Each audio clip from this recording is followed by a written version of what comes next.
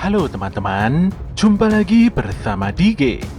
Oke, kali ini Dige akan menceritakan alur anime dan dandan episode 5. Sebelum lanjut, Dige menyarankan agar kalian menyempatkan diri untuk nonton anime ini secara langsung karena dijamin kalian pasti puas dan tentu saja memiliki pengalaman nonton tersendiri. Tapi jika kalian gak ada waktu, maka mampir ke sini adalah pilihan yang paling tepat. Karena Dige dengan senang hati akan menceritakan semua kisahnya untuk kalian semua. Sebelum lanjut, buat kalian yang baru saja menemukan channel ini, ada baiknya untuk subscribe dulu.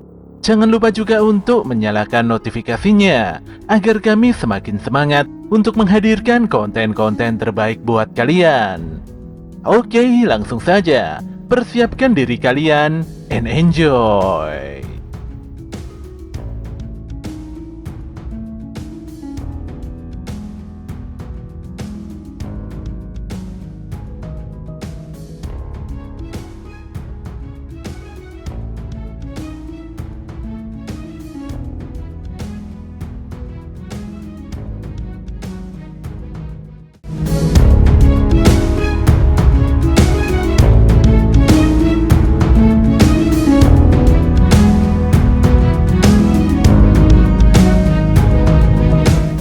Pada keesokan harinya, Okarun terlihat begitu bingung jika bertemu Momo.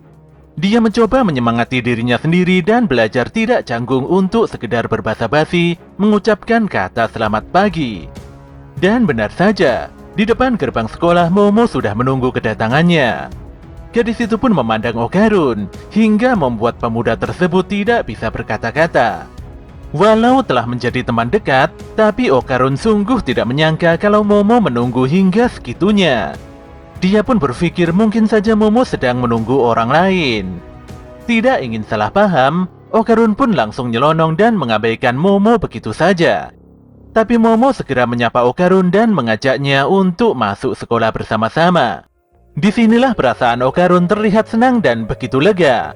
Berbeda dengan saat pertama kali bertemu, saat ini Momo sangat bersemangat ngobrol dengan Okarun.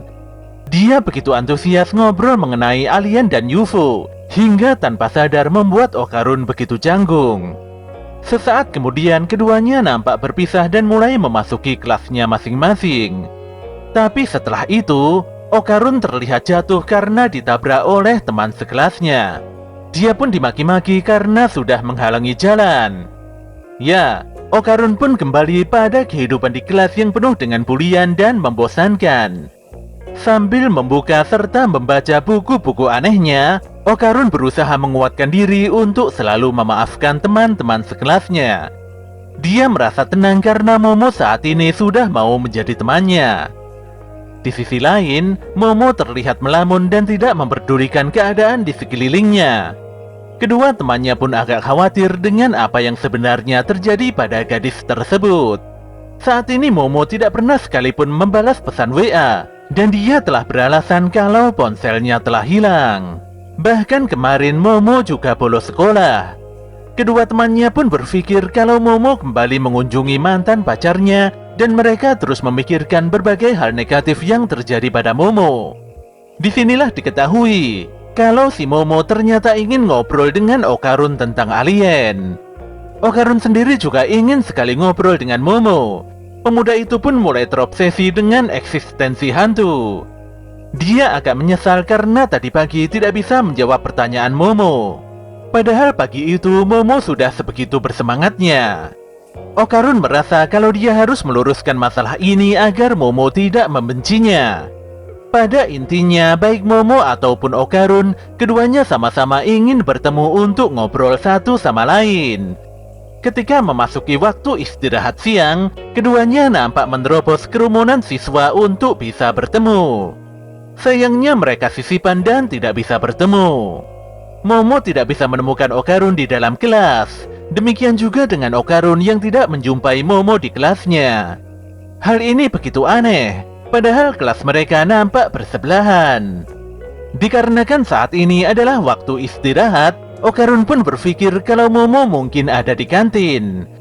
Tapi sayangnya dia tidak bisa menemukan Momo di sana. Sementara itu si Momo juga kembali sisipan dan tidak menemukan Okarun dimanapun. Keduanya pun nampak bingung dan frustasi. Si Okarun berpikir kalau Momo mungkin menghindarinya pasca kejadian membosankan tadi pagi. Sementara si Momo malah terus bertanya-tanya dan mencari keberadaan Okarun yang lenyap bak di telan bumi. Parahnya, ternyata keduanya duduk bersebelahan di taman walau dipisahkan oleh sebuah tembok. Berbagai hal aneh mulai membayangi pikiran mereka berdua. Momo merasa kalau si Okarun menjauhinya, sementara si Okarun malah berpikir kalau Momo menganggapnya sebagai teman cadangan saja. Keduanya terlihat begitu galau dan saling menghela nafas panjang. Ketika keduanya beranjak dan hendak kembali ke kelas, disitulah mereka saling bertabrakan serta tidak menyangka bisa bertemu di tempat ini. Walau cukup kebingungan, tapi Momo begitu terenyuh karena Okarun telah mencarinya sedari tadi. Momo pun mengungkapkan hal yang sama, dan dia mulai kecewa karena waktu istirahat sudah mau habis. Suasana pun tiba-tiba berubah menjadi aneh, dan lebih parahnya lagi mereka dipergoki oleh teman-teman sekelasnya Momo. Teman-temannya pun mengira kalau Momo berpacaran dengan Okarun. Jelas saja Momo tidak menyangka bakalan ketahuan seperti ini. Dia pun menepiskan anggapan tersebut dengan menegaskan kalau tidak memiliki hubungan spesial dengan Okarun. Demikian juga dengan si Okarun yang tidak sudi memiliki pacar seperti Momo. Momo dan Okarun nampak saling mengejek dan berlalu. Mereka begitu dongkol dan tidak ingin menyapa satu sama lain lagi. Parahnya, kedua teman Momo malah menilai kalau si Okarun dan Momo sangat amat akrab. Di dalam toilet, Okarun nampak menyesal telah berkata buruk pada Momo tanpa berpikir panjang. Tentu saja dia berniat untuk segera meminta maaf pada gadis tersebut. Tapi saat hendak membuang air kecil, Okarun begitu kaget melihat burungnya tidak memiliki telur. Shin pun beralih pada Momo yang tengah diinterogasi oleh teman-teman sekelasnya. Semuanya pun sangat penasaran dengan lelaki yang bisa mencuri hati Momo. Momo pun tidak bisa mengelak ketika Okarun tiba-tiba mendatangi kelasnya. Di sini Okarun berusaha mengajak Momo untuk berbicara secara baik-baik. Dia juga berkata kalau saat ini sedang mengalami masalah yang sangat besar. Tapi Momo masih sakit hati dan tidak ingin berbicara dengan si Okarun. Dia pun mengusir paksa Okarun pergi di depan teman-temannya. Walau Okarun sudah memohon sambil mengiba, sayangnya Momo masih juga tidak mau merendah. Teman-temannya pun berkata kalau Momo terlalu dingin dan cukup jahat. Okarun pun akhirnya pergi dan menganggap bahwa Momo begitu malu untuk sekedar berteman dengannya. Waktu pulang sekolah pun tiba. Saat itu juga, tanpa sengaja Okarun menabrak bahu seorang siswi. Wajah rupawan gadis tersebut membuat Okarun langsung tersipu malu. Gadis itu pun menawarkan sebuah air putih di tasnya untuk Okarun. Dia sungguh meminta maaf hingga membuat Okarun benar-benar salah tingkah. Sementara itu Momo melintas dan dia masih merasa bersalah karena terlalu jahat pada Okarun. Tapi di sini dia begitu bingung setelah menyadari kalau Okarun berbicara akrab dengan seorang gadis cantik. Padahal sebelumnya Okarun pernah berkata kalau dia tidak memiliki teman seorang pun. Gadis berambut pink yang diketahui bernama Aira Shiratori itu pun nampak melewati Momo. Dan disinilah Momo mengetahui kalau gadis tersebut hanya mempermainkan perasaan Okarun saja. Aira menyebut kalau Okarun adalah otaku aneh karena sudah menyukainya. Ternyata Aira adalah seorang bad girl yang hobi mempermainkan cowok-cowok cupu. Jelas saja Momo begitu geram melihat Okarun dipermainkan. Tanpa banyak bicara, dia langsung menggunakan kekuatan espernya dan menjatuhkan sebuah baskom besar tepat di kepala Aira. Jelas saja gadis itu langsung pingsan dan tergeletak di lantai. Momo pun langsung menghentikan Okarun saat pemuda itu hendak menolong Aira. Dia juga berpura-pura memuji Okarun di hadapan Aira dan teman-temannya. Namun Aira masih terlihat bingung dengan nasib sial yang dialaminya. Dalam perjalanan pulang, Momo meminta maaf pada Okarun karena sudah bersikap buruk. Insiden di taman sebelumnya membuat Momo begitu kalap apalagi dia dipergoki oleh teman-temannya. Gadis itu juga mengungkapkan kalau berteman dengan Okarun tidak memalukan sama sekali. Sambil terbata-bata, Okarun menjawab kalau dia tidak ada masalah sama sekali. Dia justru begitu senang semuanya baik-baik saja. Sesaat kemudian Okarun kembali teringat akan musibah yang menimpanya. Dia pun berbicara dengan serius serta menyampaikan detail permasalahannya pada si Momo. Jelas saja Momo langsung tertawa terpingkal-pingkal setelah mengetahui kalau telur di burungnya Okarun hilang entah kemana. Sementara itu Seiko nampak menceramahi Okarun karena pemuda itu tidak jujur dan mengatakan masalah ini sedari awal. Okarun terlihat hanya bisa pasrah menerima omelan dari neneknya Momo itu. Seiko pun mengambil sebuah cermin untuk memeriksa tubuh Okarun. Dia lantas memerintahkan Momo untuk mengambilkan sebuah boneka dan baskom cuci berisi air. Seiko begitu sadar kalau di dalam tubuh Okarun ada sesuatu yang mencurigakan.